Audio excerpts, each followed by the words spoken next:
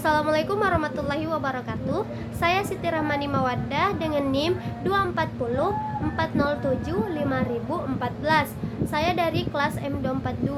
Dalam video kesempatan kali ini saya akan membahas dua hal penting, yaitu kesimpulan dari materi mengenai klasifikasi kata dan proses morfemis.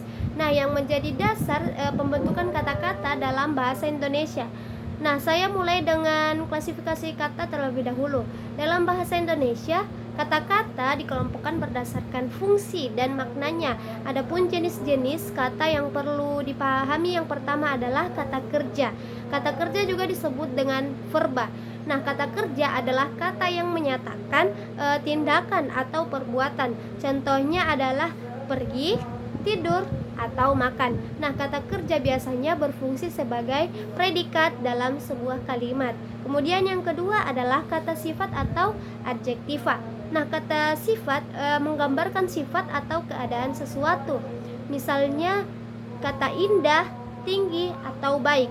Kata sifat sering juga digunakan untuk menjelaskan benda atau keadaan.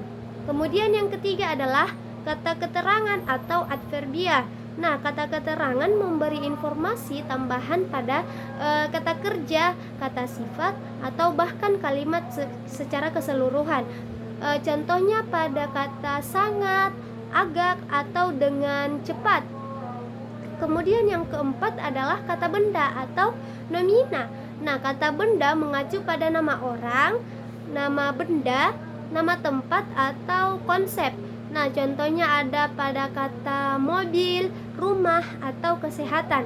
Kemudian yang kelima adalah kata ganti atau pronomina. Apa sih kata ganti itu? Kata ganti adalah kata yang digunakan untuk menggantikan kata benda agar tidak berulang-ulang kali lagi disebutkan.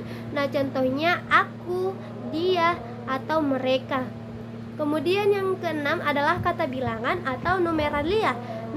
Kata bilangan menunjukkan jumlah atau urutan. Contohnya pada kata 2, 10, atau pertama. Dan yang terakhir adalah kata tugas.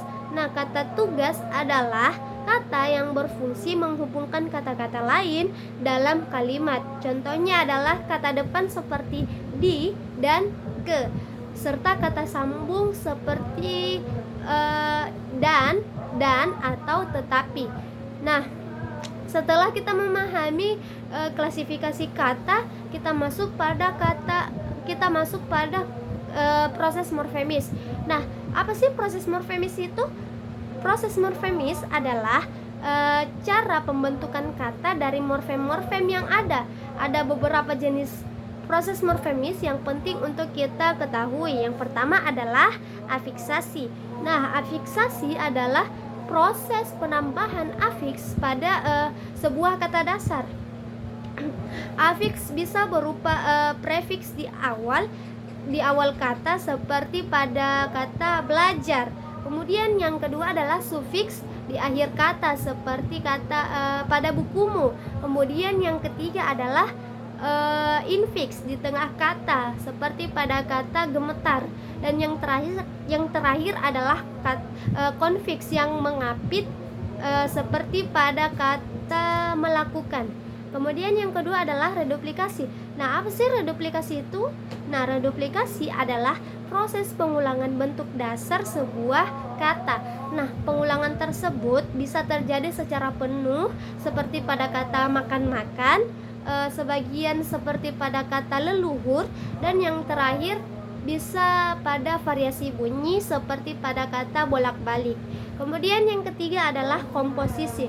Komposisi adalah penggabungan dua atau lebih morfem dasar yang membentuk makna baru. Misalnya gabungan antara rumah dan makan dan membentuk kata menjadi rumah makan. Reduplikasi juga memiliki berbagai makna tambahan tergantung pada konteksnya ya. Misalnya reduplikasi dapat menunjukkan intensitas seperti pada kalimat jangan diangkat-angkat diangkat lagi barang itu. Jangan diangkat-angkat lagi barang itu. Bisa juga menunjukkan jumlah jamak seperti pada kalimat pohon-pohon ditebang di sepanjang jalan atau pohon-pohon di sepanjang jalan ditebang. Nah, selain itu reduplikasi juga bisa menunjukkan ketidakpastian, variasi hal, dan hingga keheranan.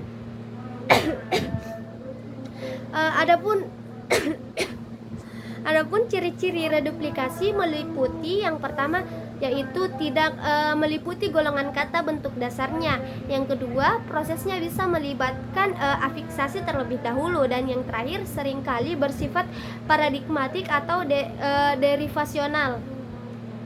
Dengan memahami klasifikasi kata dan proses morfemis ini, kita dapat lebih menghargai kekayaan bahasa Indonesia sekaligus menggunakannya dengan lebih baik dalam kehidupan sehari-hari maupun karya tulis ilmiah. Nun wal qalami wa ma yasturun, nun demi pena dan apa yang mereka tuliskan. Sekian apa yang dapat saya sampaikan pada kesempatan kali ini. Semoga bermanfaat dan bernilai pahala. Akhirul kalam, wassalamualaikum warahmatullahi wabarakatuh.